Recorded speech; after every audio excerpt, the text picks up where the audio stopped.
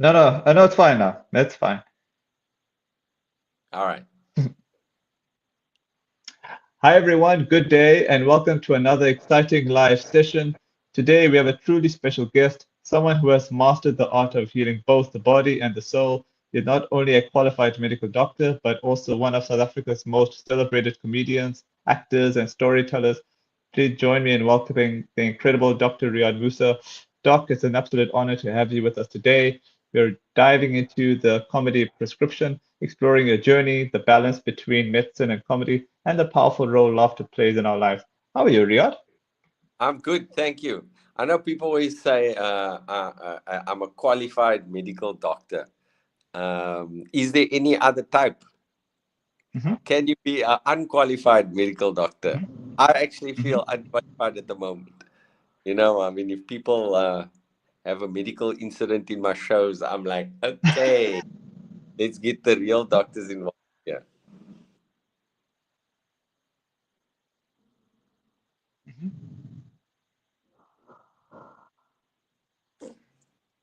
Oh, okay. Are you there? Awesome. All right. To get the ball rolling with you, yeah, I'm there. I'm absolutely there. All right. To get the ball rolling with you, Riyadh, you've mastered both medicine and comedy. What moment made you realize that healing people doesn't only happen in a consulting room, but also on stage? Um, so I think, there's something special about comedy in that comedy, um, it, it alchemizes tragedy into healing. It alchemizes tragedy into something that you can laugh at. There's a well-known saying. I don't know if you buffering there. I'll wait. Yeah, sorry about that. I don't know what happened there. No problem. You there? You are actually. There's two Yeah, yeah, Siddharths. Yeah, yeah, I don't know how that happened. yeah. Yeah, I don't know how that happened. Yeah, let me just remove the one. Okay, now that's me. Oh, were you able to get my first question, by the way? Yes. So you said about like when did I realize that healing also happens on stage? No, no, no, no. I mean, what moment made you realize that healing people doesn't only happen in a consulting room, but also on stage? Okay. Um. Yeah. Yes. It happens. Yeah. So when I realize that it happens on stage also. Yeah. Well. Um. From the start, comedy generally is a healing experience. For people don't realize, comedians generally take something painful, uh, Mm. unusual, confusing, or even tragic, and you alchemize it into something that is that people can laugh at. So there's a saying that tragedy plus time equals comedy. um, it's just one of life's natural painkillers. First of all, the comedic thought process is like if you look at all these difficult things and you find humor in it, it's like a psychological way people heal. And then also just the act of laughter releases endorphins, and that's the body's natural painkillers. So, from like a physiological standpoint and a psychological standpoint, comedy and laughter in itself is very healing. And I think I knew this for a very long time. Like I mean, from like my grandfather was a funny man and used to take when in tense or difficult situations and used to always like entertain people with jokes. So I always knew that there was a strong healing aspect to comedy, but I never knew I could, you know, um, do comedy as a profession.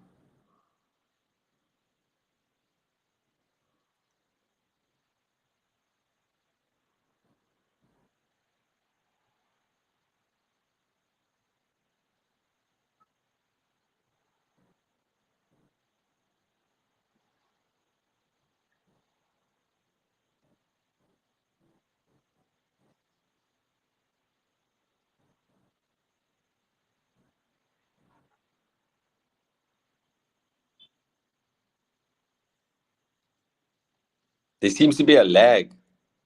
Oh, okay. Are you there, Riaad? Yes.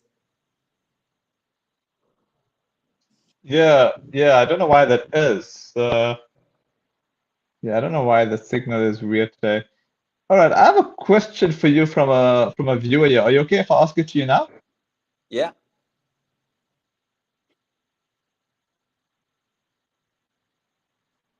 Okay, awesome. All right, let me just upload this here. Don't know why it's not up. Okay, this is from Jitin Rishika. It starts with yay. Good to see Riyadh on your pod. How do you do comedy with a straight face? I'm always ripping at your jokes. Love the therapy doc. What inspired you into comedy? Okay. Okay. So actually, comedy with a straight face is it's just like, I guess it's a technique. Actually, there's some really straight-faced comedians. They say the most hectic things, Hmm. without. And you generally don't like, comedians generally don't laugh at their own jokes while you're in the joke. It actually Mm. distracts a lot. Sometimes Hmm. once everybody joins in, then you laugh. Um, but it's like, I'm actually not Hmm. sure why a straight face. I always think about these things analytically. I'm not sure if why a straight face is actually um, beneficial for humor. I guess it's like uh, comedy is about contrasts. So if I keep a neutral face, right, it allows you to also sometimes make the jump. You have to make the mental jump to catch something. Um, and then a laugh and sometimes prevents you from actually doing the work yourself, which will make you laugh. But if I like, sometimes I do sometimes cue the laugh through how I deliver my, like, I do have a little laugh at the end of a joke usually, or while I'm delivering a punchline or a smile, especially if it's like a naughty joke, but these things are very subtle, Mm. and very nuanced. So sometimes straight face works and sometimes straight face doesn't. So it's about keeping a balance, I guess. Yeah. So what inspired me to do comedy? I always liked jokes, and my grandfather was a person who sort of nurtured that interest. But then I Awesome. was compelled to comedy at a certain point through being exposed to stand up, and I just was drawn to the art form, and I tried it out, and then sort of captured me. This was during medicine, and I was like, I absolutely love this thing. I didn't know that it was going to be my primary source of income, but I would just do it for a hobby, because I just enjoy it. It just happened to be, you know making a living off the thing. Awesome. How did your journey from being a qualified doctor to becoming one of South Africa's most loved comedians unfold? Was there ever a defining turning point? um Not really. It was sort of a process. Like, I mean, I think if I didn't have success in comedy, I would not Mm. have given up medicine. Because me not doing medicine in my mind was just a pause. I was just like, I had the Mm. opportunity to do a television show, the Pure Munati show, after my community service. And then I said, okay, I'll just do that for a little bit. And then I'll probably do some locums and try and specialize. You know, Mostly that's what like doctors would do, after they graduate. They would either work as a locum for a while, or they try and specialize, get a post in whatever speciality they wanted to do. So I just thought, okay, I'll take a little bit of a diversion, do this television show, which is the Pure Munati show. And from that point on, comedy was going through some sort of boom in South Africa. It was the post 1994 euphoric New South Africa Rainbow Nation period.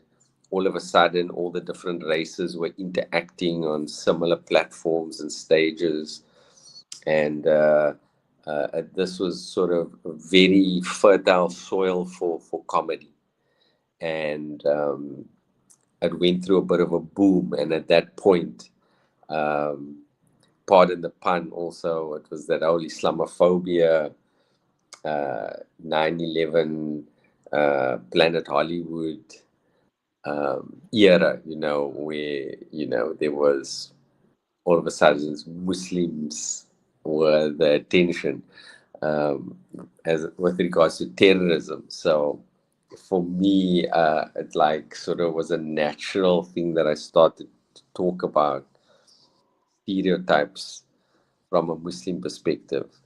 And I think I started doing bigger shows, and organically one thing led to another, and I found myself in a different profession, like in a sort of a snowball, or a runaway train. It's almost like, without me actually having planned to do so. Did you approach comedy the same way you approach medicine, with diagnosis, timing, and precision, or are they completely different worlds? I think the guys generally say that I'm very analytical with my comedy, and I think Okay. I do approach it with a little bit more sort of thought than a lot of guys. A lot of guys would do things and say things more organically and naturally than I would. I would actually think about things in a lot about even the comedy theory, and I do think that I have brought that side of me to my humor. Um, Although, like, there's something magical about just letting go, on stage, that creates some other magic in a comedic performance.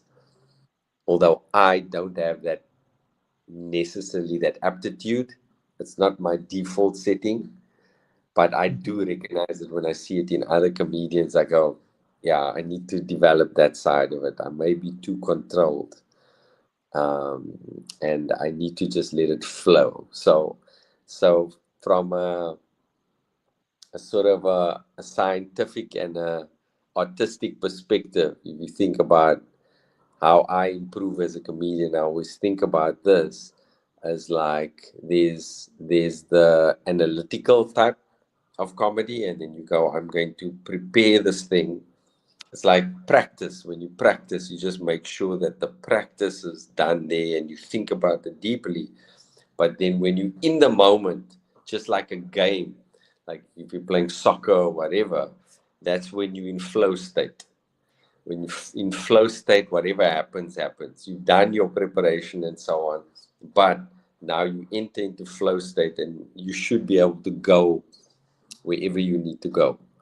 Um, but that is not my natural inclination. My natural inclination was preparation and making sure I know what I'm going to say, how I'm going to say it, and I'm testing that out. But I've realized that over the years, I got to, work on a different, you know, part of my humor, and like try and get into like being present and allowing me to go in whatever direction the audience sends me. That's really fascinating. In your experience, how powerful is laughter as a form of healing, especially in a country like South Africa with its unique challenges? Yeah, it's I think our humor also is very healing for us. It's definitely because we laugh at people only laugh at the things, the most difficult things that they either psychologically have dealt with Mm. or actually have dealt with. So if you think about like all the jokes politically about the state of the world, even family dynamics, people arguing, people fighting, difficulties with the kids. Like, for example, I will talk about difficult family dynamics, which is in a reality very tense and difficult, and people find it challenging. It causes a lot of pain within the context of reality. But then when I do that in the form of comedy at the comedy show and talk about these things from a slightly different perspective, then all of a sudden it is a release in laughter. So uh, you use the difficulty in most times. The most embarrassing things are and difficult things can be the funniest things in a uninhibited audience.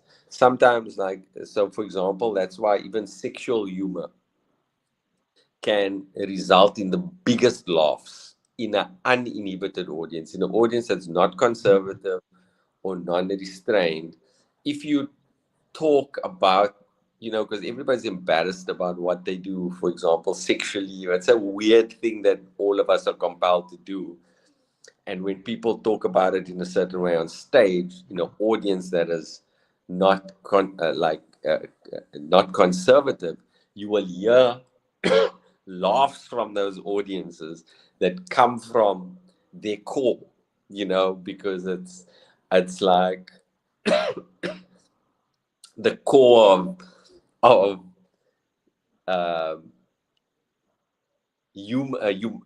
the animalistic side of humans, you know, just the things that we generally are compelled to do, even how we eat, just the nature, the animal nature of the human. And when you do that, and then you in an uninhibited audience, people just like they really laugh from their core. However, if you do some of these more graphic jokes in a conservative audience, you can completely shut them down. Like they will just completely close off to you. Now, my audience is more of a family audience, so I generally like tread the line. I'm a little bit dangerous at times, but generally I also try and make it um, suitable for a family audience. So it's not like, Mm. sorry, can you hear me still? Oh, okay. Well, yeah, I can hear Can you you hear me? perfectly. Oh, sorry. Must What I were you trying to refresh? say towards the end? Yeah, yeah, yeah, yeah, yeah. Must I refresh? Yeah, I can hear you perfectly. I'm gonna refresh. No, it's fine. I can hear you. I can hear you. No, no, no, no, no, no, no, no, no. Oh, oh, shut up.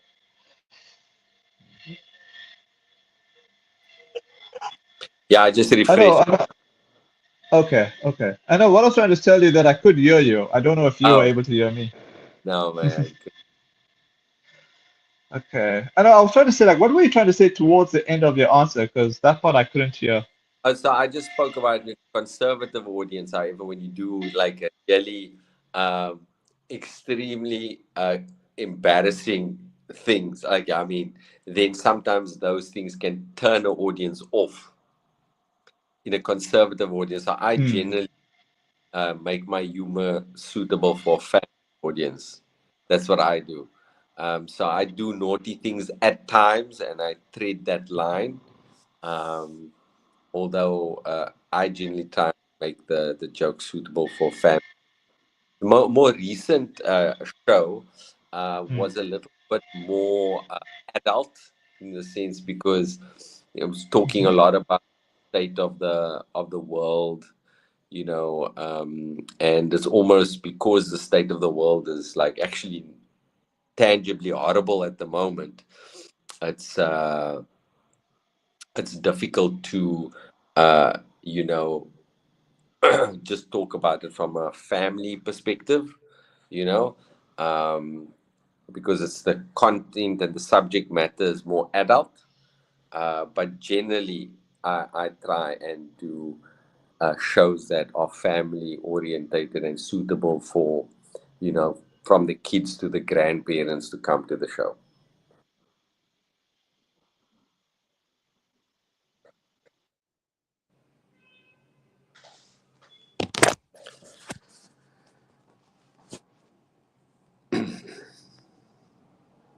Are you there?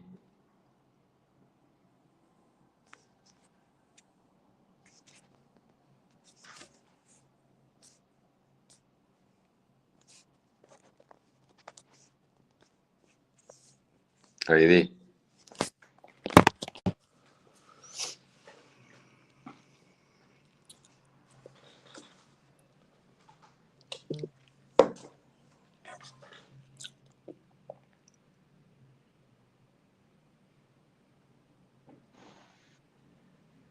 I don't know what happened there. Must be, yeah, That's the bliss of, yeah, the bliss of South African internet issues. right. Okay, all right. We'll proceed to the next one, which is what are some of the biggest challenges you faced balancing your medical career with your entertainment career, and how did you overcome them? My biggest challenge, I guess now, I would think I would have preferred to have a more of a connection to medicine, just because I don't like letting go of something. So a side of myself always wants to be involved from a medical standpoint a little bit. Um, and I would have like thought, maybe I could have done, emergency room sessions regularly over the years just to keep my skills working. But at this point in time, the medicine that I'd like to do is more like do wellness information and advice in a funny way. So I think that's a way that I can mix my two careers. So I'll continue with my stand-up comedy, but maybe as an aside, also offer like health and wellness advice, but in an entertaining and quirky way. Cool. South African storytelling is rich and diverse. How do you use your platform to reflect and unite people through humor? So I think if it's honest, you tend to communicate to people our common humanity. So people will have, for example, certain ideas about Muslims. And then all of a sudden, here's this Muslim on stage talking about something that they can relate to. And you go like, okay, maybe these people are not so different. It allows you to recognize the humanity. I was also chatting to a friend of mine, KG, yesterday. He's also on the show. KG Mohadi is a brilliant comedian. And you just realize how people just talking about from a like their issues, even from for him as a African man, right? Um, Talking about things in a nuanced way, comedically, how relatable it can be. And because of that, it generally breaks down these stereotypical barriers because you actually recognize and relate to the humanity in a person that you think, okay, you have nothing in common with. And that's the magic of comedy. So it's not like an intentional thing. It's just like if you generally honest with humor and if you authentic with it about the human experience, then that comes across. And I think then like I mean, there's this understanding of like the similarities with all our within the context of our diversity. Awesome. Have you ever encountered a situation where your medical background directly influenced your comedy, or vice versa, in an unexpected way? Uh no, a lot of times it's just um not in an unexpected way. I because I do have a background of medicine, I do sort of use a lot of that in my humor, but not there's never been something I guess would be unexpected.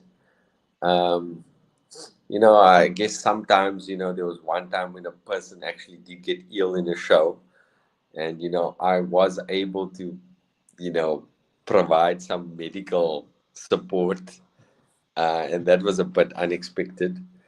I'm always surprised when I remember stuff, and but generally, the two professions have been, I've kept it quite separate. Interestingly enough. Okay, that's cool. Comedy often pushes boundaries. How do you decide where to draw the line while still keeping your constant authentic? I mean, your while keeping your content authentic and impactful. Yeah, so the audience tells you. So as comedians, you if you think about what do we play, we play the audience as an instrument. So laughter is the sound that you're trying to create. So you are, punching on the keys or strumming at the strings, and the laugh guides you. So sometimes, you push it too far, you bring it back. It's a organic process. So as comedians, we don't really know exactly, like, because everybody has different things that they're offended by, certain people like this, certain people like that. So doing stand-up comedy is almost like playing this entire audience, people with all these different viewpoints on life, as a organism on a whole, you know so this organism, this group tells you, and you sort of figure that out over a period of time.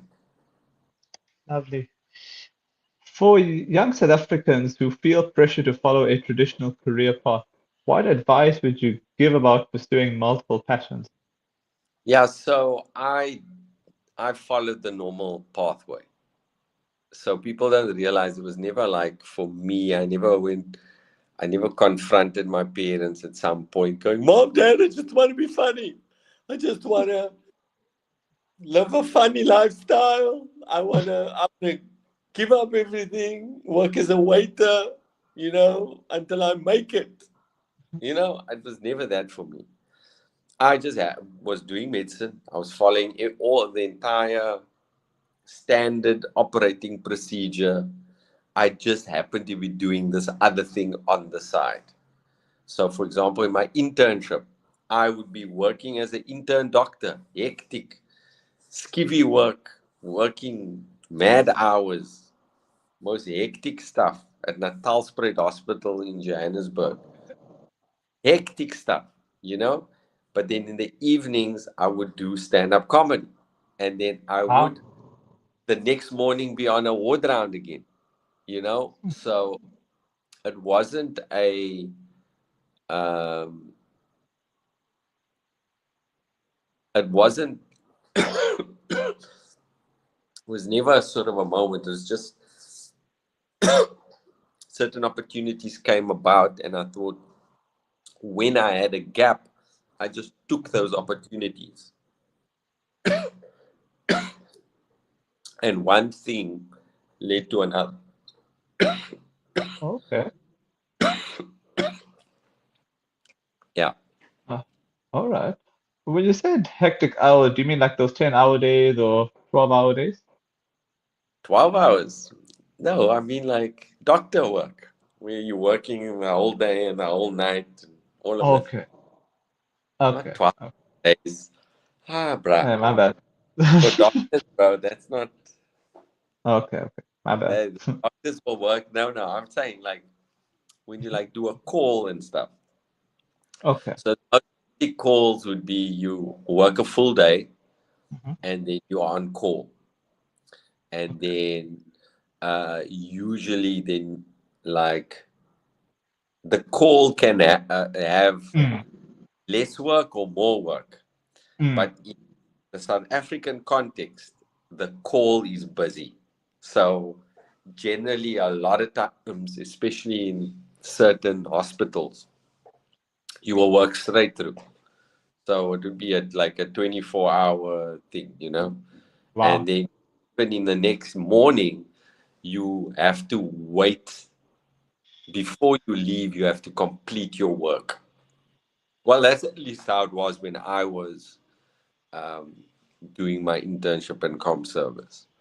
So you couldn't just leave unless all the patients were sort of generally stable and you had handed it over to the next, people on call. And you were when you were on call, then generally you had a bit of a break the next day. Yeah. Awesome. If you could prescribe one dose of wisdom or humor to the nation right now, what would it be and why? Come see comedy.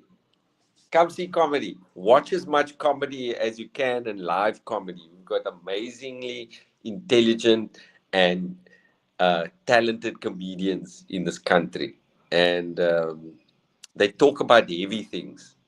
And we Mm, do have sort of a heavy racial past, um, but it's always nice to listen to a diverse group of comedians talking about it from their perspective, mm, that's true. and it it actually binds a lot because everybody laughs, and at the end of the night usually you have a euphoric feeling. So go watch live comedy. That's my message. Awesome.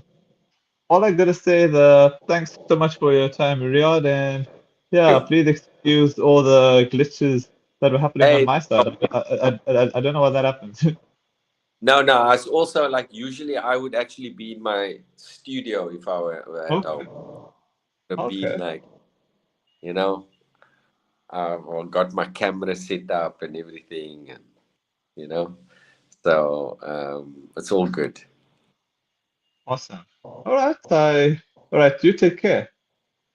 You too. Thanks for the interview. You're most welcome.